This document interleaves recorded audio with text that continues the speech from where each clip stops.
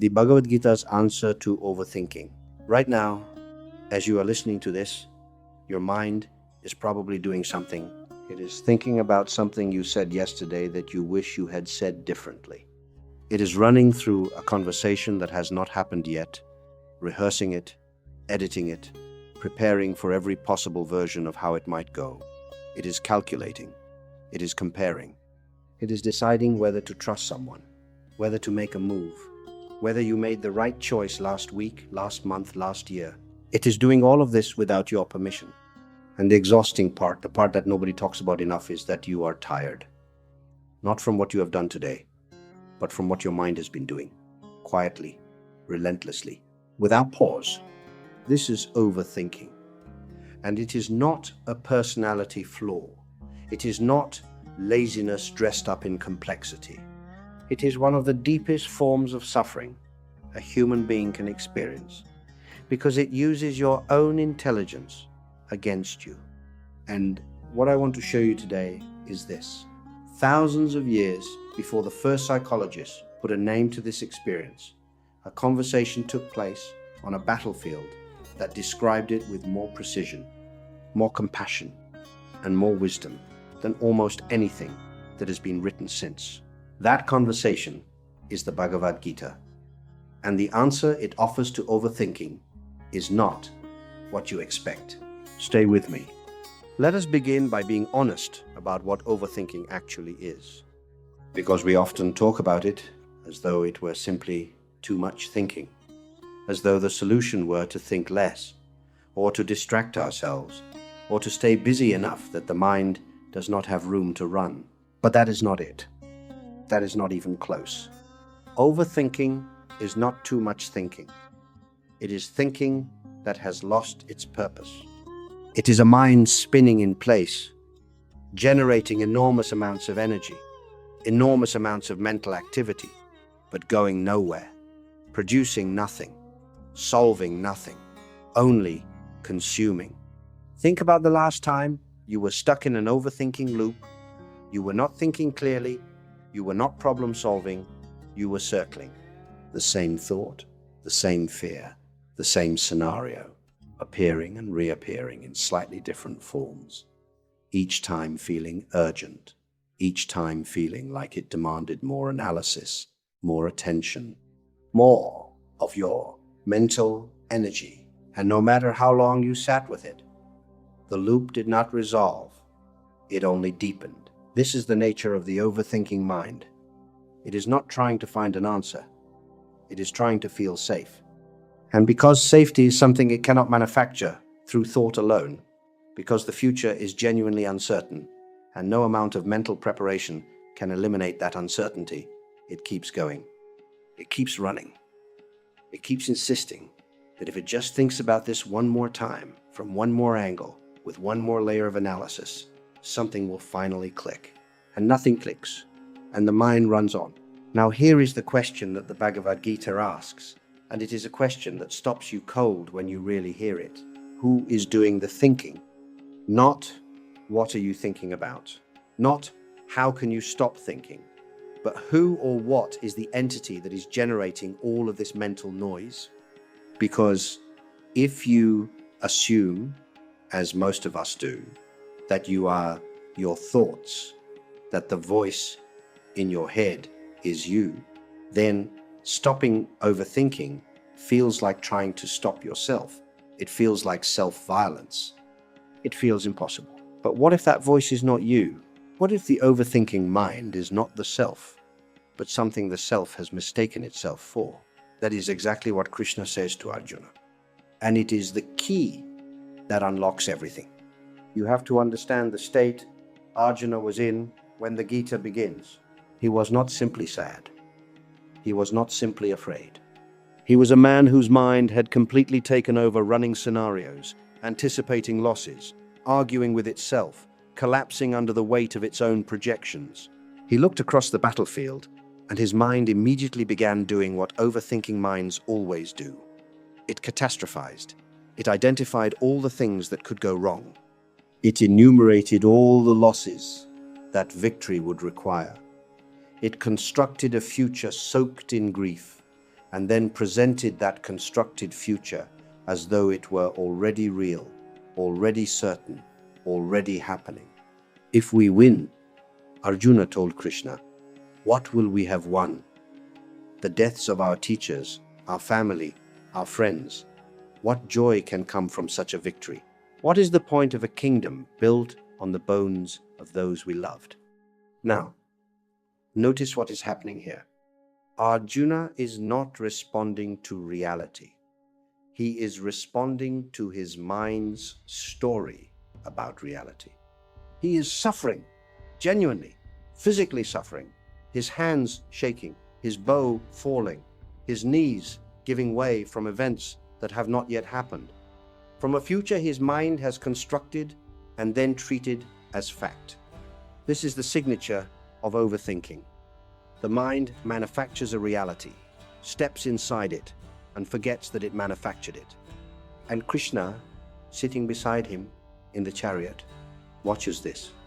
And instead of arguing with Arjuna's thoughts, instead of saying, no, you are wrong, the battle will be worth it, he does something far more radical. He points to the thinker. He says, in essence, stop. Look at what your mind is doing. See it clearly. Because the suffering you are experiencing right now is not coming from the battlefield. It is coming from inside you. And until you understand what is happening inside you, nothing I say about the battlefield will help. This is the first and most important gift the Gita offers the overthinking mind. The recognition that the problem is not the content of the thoughts. The problem is the relationship between you and your thoughts. The problem is that you have forgotten who you are and have started to believe that you are the noise. Krishna uses a word in the Gita that is worth sitting with. The word is vyamoha, which can be translated as delusion or bewilderment or the fog of confused thinking. He says to Arjuna, you are speaking words of wisdom, but your mind is in vyamoha. You know things intellectually that you cannot access right now, because the mind has covered the light of your awareness like clouds covering the sun. This is such a precise description of what happens during overthinking. You already know the answer. Somewhere inside you, in a place that overthinking cannot reach, you already know what is true, what matters, what the right direction is. You have had moments of clarity, perhaps in the middle of the night, perhaps in a quiet moment where the answer was simply there, obvious, undeniable. And then the thinking started again, and the clouds came back, and the clarity disappeared under the weight of analysis. Krishna is saying, the problem is not that you lack wisdom. The problem is that the mind's activity is obscuring the wisdom you already carry. And this changes everything about how you approach the problem. Because if overthinking is a lack of wisdom, the solution is to add more information, more analysis, more thought. Think harder, research more, talk to more people. But if overthinking is a fog that obscures wisdom already present, then the solution is not to add anything. The solution is to clear, to still, to allow the clouds to part so that the light that was always there can finally be seen. This is why meditation is not about achieving a special state. It is about removing the interference so that your natural clarity can emerge. It is not creating something new, it is uncovering something ancient. But let us go deeper, because understanding the nature of overthinking is not enough. We need to understand why the mind does this. What is the engine underneath? And here, Krishna gives us one of the most penetrating analyses of the human condition in all of spiritual literature. He says, the mind's restlessness comes from desire, from attachment, from the gap between what is and what the mind insists should be. Think about this carefully. Every overthinking loop, if you trace it to its root, is built on the same structure. I want something. I am not sure I will get it. Or I have something and I am afraid of losing it. Or I lost something and I cannot accept that it is gone. The loop is always at its core. about control, about the mind's desperate attempt to bend reality into the shape it has decided reality should take. You overthink the conversation because you want it to go a specific way and you are terrified it will not. You overthink the decision because you want to be certain and certainty is not available. You overthink the relationship because you want a guarantee that does not exist in the nature of love. You overthink your future because you are attached to a particular version of it and life has not confirmed that version yet. The thinking is not the problem. The attachment underneath the thinking is the problem. And this is where Krishna introduces one of the most liberating and most misunderstood teachings in the Gita. He says, "Let right deeds be thy motive, not the fruit which comes from them." This verse, perhaps the most quoted in all of the Gita, is usually understood as advice about action. Do your work without caring about results.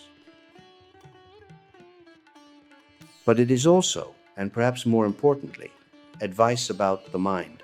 Because most of the thinking we do is not thinking about what to do, it is thinking about what will happen. Replaying, projecting, anticipating, fearing, hoping. It is the mind trying to reach into the future and arrange things so that the outcome matches the attachment. And Krishna is saying, you cannot do that. The future is not yours to arrange. The outcome is not in your jurisdiction. And as long as your mind keeps trying to control what it cannot control, it will keep spinning. It will keep looping. It will keep exhausting you with its futile calculations. Release the outcome. Not because outcomes do not matter, but because your grip on the outcome is the very thing generating the noise. Before we go further into this, I want to pause, because I know that what I am describing is not abstract for you. I know that somewhere in your life right now, there is something specific your mind keeps returning to. A relationship, a decision, a fear, a version of the future you cannot stop constructing and deconstructing. And I want to ask you directly, what is it? What is the thought your mind keeps returning to, no matter how many times you try to set it down? What is the attachment beneath the loop, the thing you are trying to secure through all this thinking? Write it in the comments. You do not need to share everything, even a few words, because the act of naming what the mind is circling around, bringing it from the background into the light, is itself a form of the clarity Krishna is pointing toward. And tell me where in the world you are watching this from. I genuinely want to know what corner of the earth these teachings are reaching today. Now, let us talk about the mind itself, because Krishna dedicates significant teaching in the Gita specifically to this. He tells Arjuna, "For one who has conquered the mind is the best of friends. But for one who has failed to do so, the mind will remain the greatest enemy." This is not a metaphor. This is a description of lived experience that anyone who has spent a night trapped in an overthinking spiral will immediately recognize. The same mind that can solve complex problems, create beautiful things, form deep connections, and generate genuine insight, that same mind, when uncontrolled, becomes a source of relentless torment. It turns on you. It uses your own memories against you, your own imagination against you, your own intelligence against you. And the question is, how do you befriend the mind that has become your enemy? Not by suppressing it, not by fighting it, not by filling every quiet moment with noise so it cannot be heard. Krishna describes a practice he calls abhyasa, sustained, gentle, persistent effort, and vairagya, non-attachment, the willingness to observe what arises without being swept away by it. These two together are the foundation of what we would today call mindfulness. But in the Gita, they are described not as relaxation techniques, but as spiritual disciplines, as the actual work of reclaiming the self from the mind that has claimed sovereignty over it. Abhyasa means come back. Every time the mind wanders into its loops, every time it starts constructing catastrophes and running its calculations, come back. Not with force, not with frustration, but with the quiet, consistent intention of a person who has decided that they will no longer live as a prisoner of their own thoughts. And vairagya means watch without becoming, observe the thought without merging with it, allow the loop to arise, and without feeding it, without arguing with it, without adding more thought to the pile, allow it to pass. This is not natural at first. It feels almost impossible when you are deep in an overthinking spiral. The thoughts feel urgent. They feel real. They feel like they require your attention, your engagement, your response. But they do not. They are weather. They are movement in the space of awareness. And you, the one watching, are not the weather. You are the space. This brings us to the teaching that I believe sits at the very center of the Gita's answer to overthinking. The teaching that, if you truly hear it, changes not just how you relate to your mind, but who you understand yourself to be. Krishna says, "I am the self seated in the hearts of all creatures. I am the beginning, the middle, and the end of all beings." And elsewhere he says, "The self is never born, never dies, is never cut by weapons, never burned by fire, never moistened by water, never dried by the wind." Now, what does this have to do with overthinking? Everything. Because the deepest reason the mind cannot stop is this: it believes it is responsible for your survival.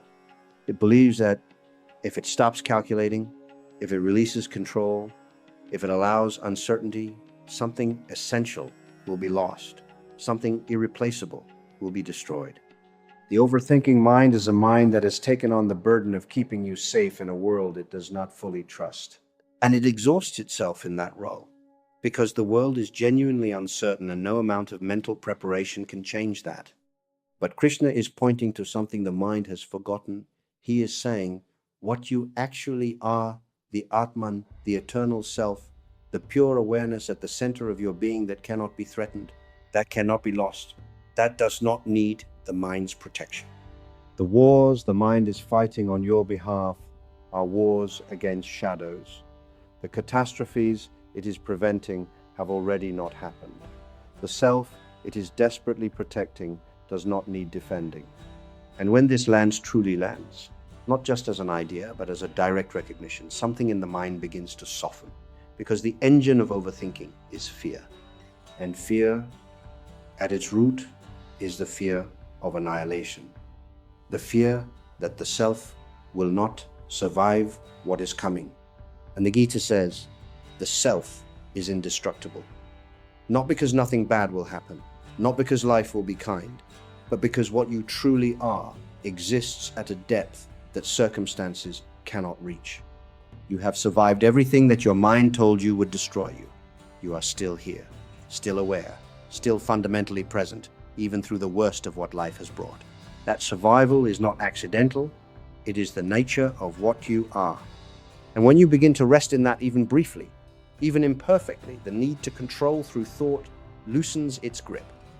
The mind still moves, but you are no longer at its mercy.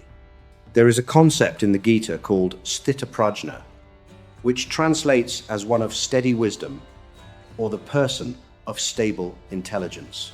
And it is one of the most beautiful portraits of a liberated human mind in any spiritual tradition. Arjuna asks Krishna, what does such a person look like? How do they speak? How do they sit? How do they move through the world? And Krishna's answer is extraordinary. He says, the one of steady wisdom does not rejoice when things go well, or despair when things go badly. They are free from craving and free from fear. They are neither elated by pleasure nor tormented by pain. They are like a lamp in a windless place. Its flame does not flicker. Now, I want to be very careful here, because this is often misread as a call to emotional flatness, as though the ideal is to become somehow detached from life, indifferent to beauty or loss, unmoved by anything. That is not what Krishna means. The stillness he is describing is not the stillness of someone who has stopped caring. It is the stillness of someone who has found a center, a ground that does not depend on circumstances to remain stable. They still feel, they still love, they still act, and act with full engagement and full presence. But the fluctuations of life, the gains and losses, the praise and blame, the certainties and uncertainties move through them without taking root, without becoming the new crisis to overthink, without triggering the spiral. Think about what that would actually feel like in your life. Not the absence of thought, not a mind that never moves, but a mind that moves and returns, a mind that generates its activity and then settles, a mind that can hold a difficult question without being consumed by it, a mind that can face genuine uncertainty and remain at its center, unafraid. This is what is available to you, not as a distant spiritual achievement reserved for monks and sages, but as a practical orientation that you can begin cultivating right now in the life you are already living. The Gita is not asking you to leave the world. It is not asking you to stop thinking. It is asking you to find the place inside you that is larger than the thinking, the awareness that contains the thoughts without being controlled by them, and from that place to live. Let us talk about Dharma in the context of overthinking, because one of the most common sources of the overthinking loop is the question of what to do, what path to take, what decision to make, what version of the future to commit to. And we overthink these questions precisely because we are trying to make them safe. We are trying to think our way to a certainty that will allow us to move without fear. But certainty is not coming. Certainty in the domain of meaningful human decisions does not exist. Krishna addresses this directly when he tells Arjuna, "It is better to do one's own dharma imperfectly than to do another's dharma perfectly." What this means in practical terms is this: the overthinking that comes from comparing your path to someone else's, measuring your choices against someone else's standard, trying to live a life that earns someone else's approval. That overthinking will never end because you are trying to walk a path that was not built for your feet, and every step will feel wrong because it is.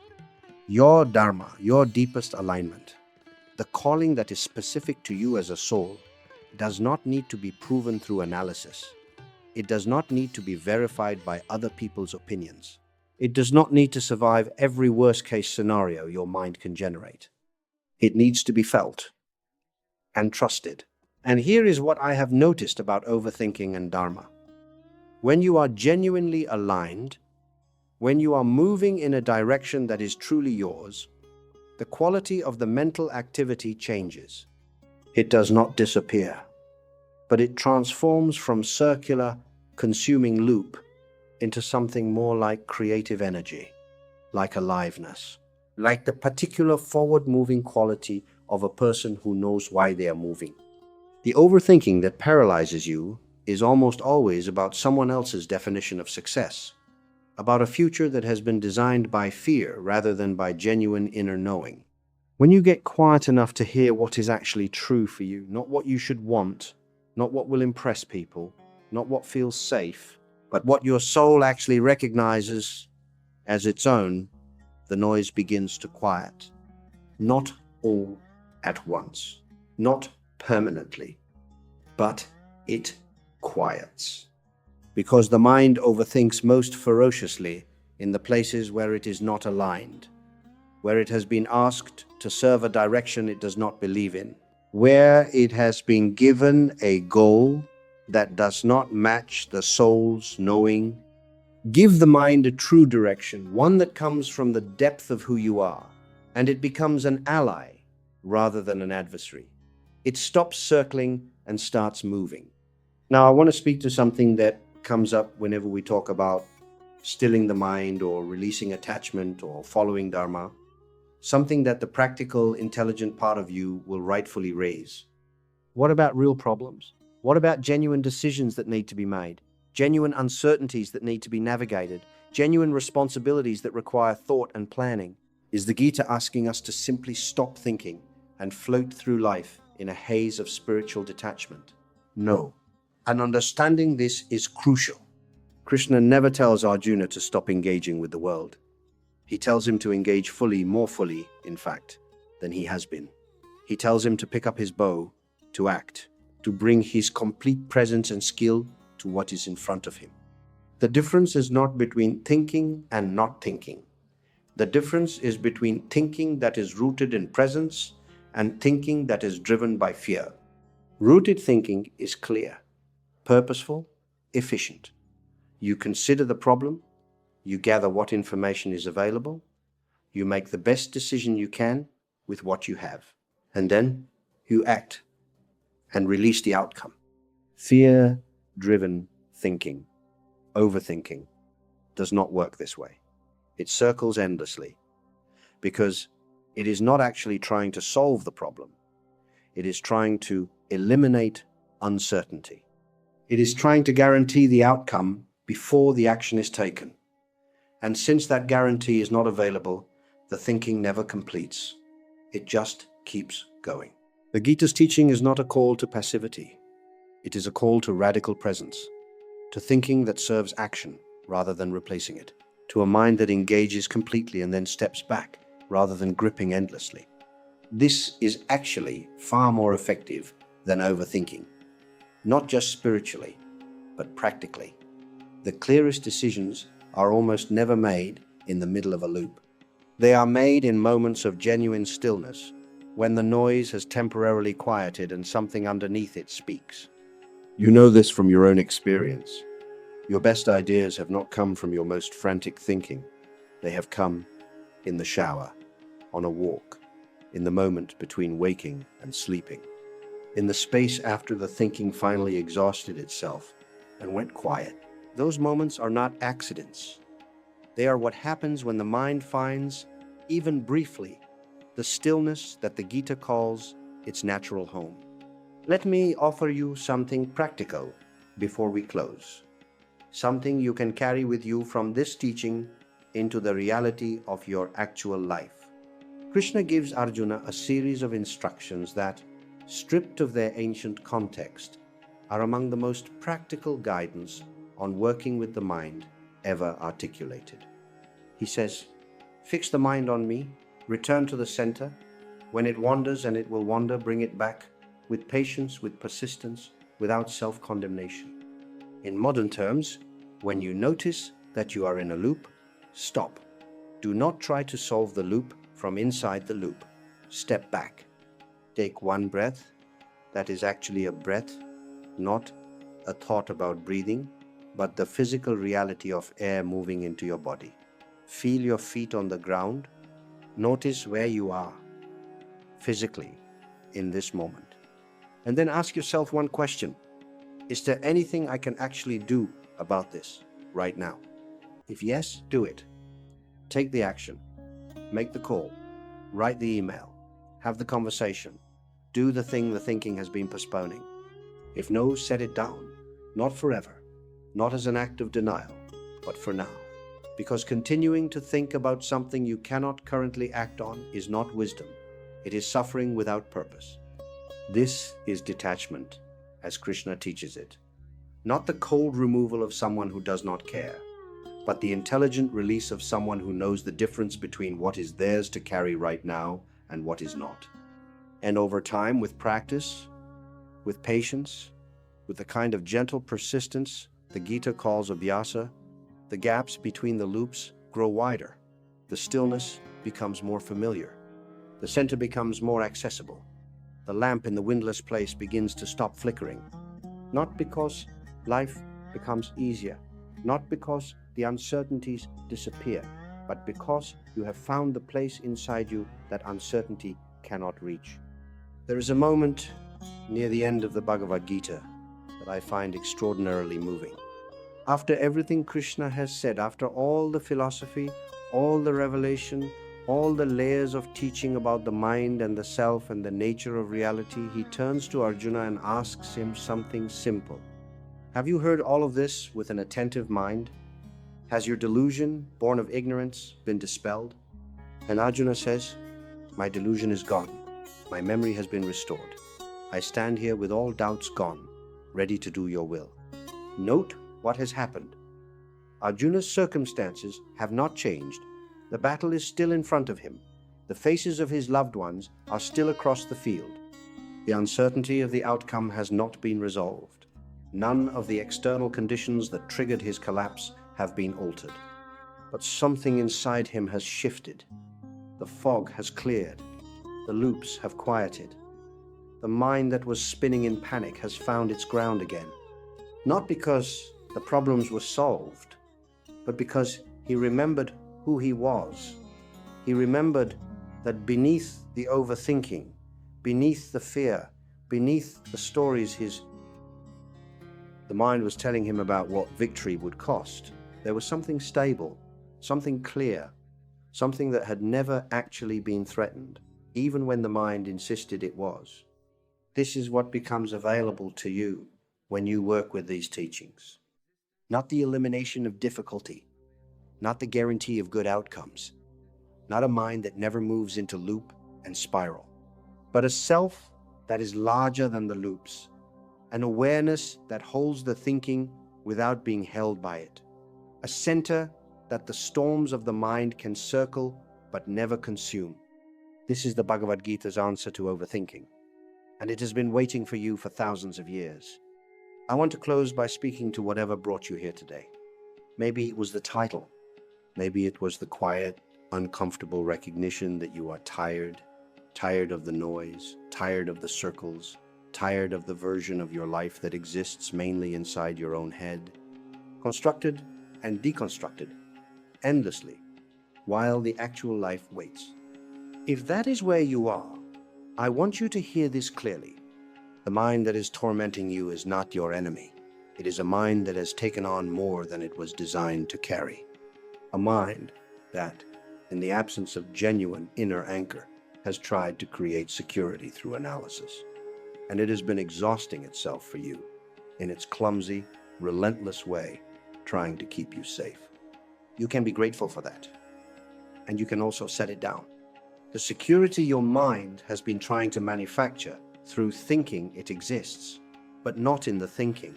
It exists in the recognition of what you are beneath the thinking, in the awareness that has been present through everything, in the witness that has watched every storm and remained quietly, continuously here.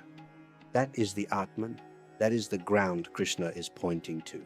That is what Arjuna finally landed on when he said, "My delusion is gone. My memory has returned." Your memory can return too. It has not gone far. It has simply been drowned out by the noise. And the noise, however loud it is right now, is not permanent. Come back to the center as many times as you need to, as many times as the mind starts its loops, as many times as the spiral begins. Notice it, name it, and return with patience, with gentleness, with the same compassion that Krishna brought to a warrior who had completely lost his way and needed to be reminded, in the most profound conversation in all of spiritual literature, of who he actually was.